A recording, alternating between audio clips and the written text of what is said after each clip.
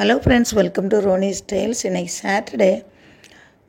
2 நாளாக மழை வரும், சென்னையில் மழை இருக்குதுன்னு சொன்னோன்னே எல்லா பிளான்ட்டையும் நான் ரோஸ் எல்லாம் ப்ரூனிங் பண்ணி விட்டேன். இது மஞ்சள் கனகாம்பரம் எல்லாமே கட் பண்ணி விட்டேன். மறுபடியும் இதில் வேர் அடைச்சி துளிரே வரல.